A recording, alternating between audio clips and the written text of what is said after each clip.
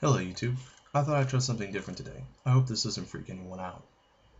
Ever heard of the Greek philosopher Epicurus? He had a very interesting statement, commonly known as the problem of evil. Or at least this is what I've always heard it called. It goes like this. Is God willing to prevent evil, but not able? Then he is not omnipotent. Is he able, but not willing? Then he is malevolent. Is he both able and willing? Then whence cometh evil? Is he neither able nor willing? Then why call him God? Basically, it comes out to 7 premises. First premise is that God exists.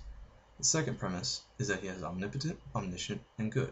Some would say perfectly good. Premise number 3.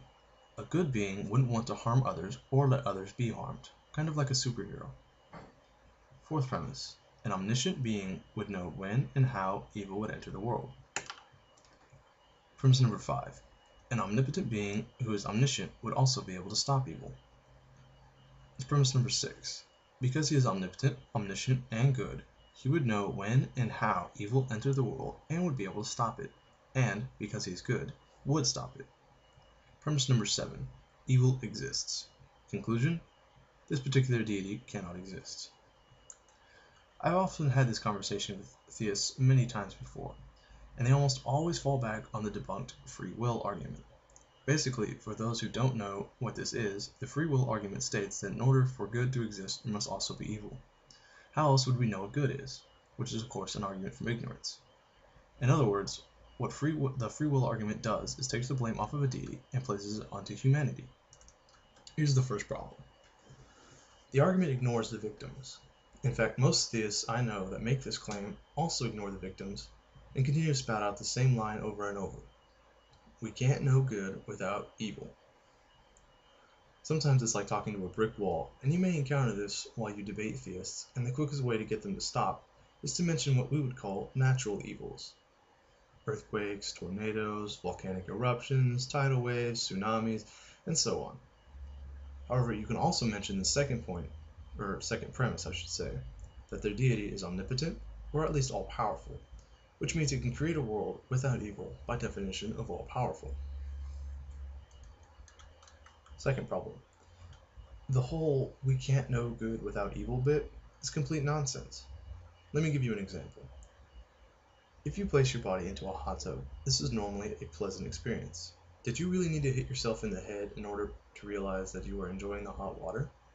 Of course, some people might say, well, you've learned about these unpleasant experiences from your past, which is quite true. However, someone who says this in context of the current situation hasn't studied psychology very much. The shortest memory we have, even shorter than the working memory, often called the short-term memory, is sensory memory. In other words, whenever you stop touching something, you have only a brief window to remember the feeling. Afterwards, you tend to forget it. You understand that you didn't like the feeling or that you did like the feeling, but you won't remember it. This is good, otherwise you could experience that same pain regardless of whatever it is you're doing. Don't believe me?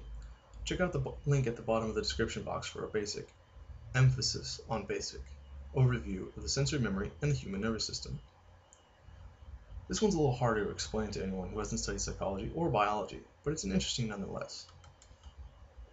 Third problem. Because their deity is omniscient, or at least all-knowing, it would be known that whoever makes evil choices before their great-great-great-grandparents were even considered being conceived while their grandparents were still in diapers. In other words, this deity would know long beforehand what people are going to do, when they're going to do it, and if that act is considered evil or not.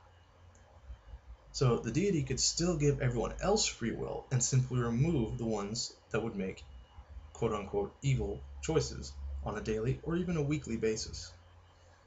In conclusion, theists, you have to give up one of these properties in order for your deity to make sense. Oh, and one last thing. Look up Isaiah 45:71 in the King James Bible. Quote, I form the light and create darkness. I make peace and create evil. I, the Lord, do all of these.